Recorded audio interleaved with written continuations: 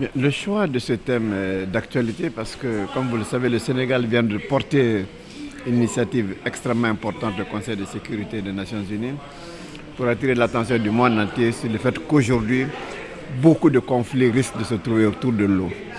Pourquoi? Parce que la population augmente, les besoins augmentent et les eaux qui sont partagées entre les pays peuvent faire l'objet de conflits si un pays qui est en amont est privé d'eau par un pays qui est en aval est privé d'eau par un pays qui est en amont et que celui-ci a des besoins à satisfaire sans se concerter avec l'autre.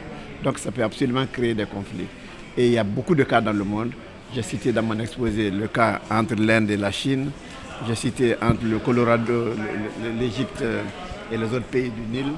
J'ai cité le cas entre le Mexique et les États-Unis. Il y a beaucoup de cas dans le monde. Donc la situation est devenue tellement récurrente qu'il est essentiel d'attirer l'attention du monde entier là-dessus.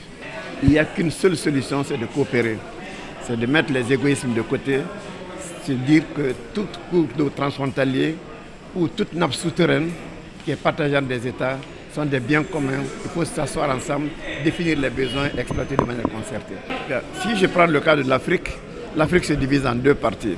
L'Afrique du Nord, ils ont des moyens, mais il n'y a pas suffisamment d'eau. L'Afrique au sud du Sahara a beaucoup d'eau, mais n'a pas les moyens d'y accéder.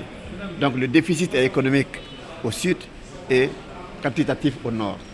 Donc ce qu'il faut, c'est faire en sorte qu'il y ait des investissements massifs qui soient faits pour que là où l'eau manque, on puisse la nutrir. Et là où elle est disponible, mais ce n'est pas salubre, il faut la traiter et la rendre disponible.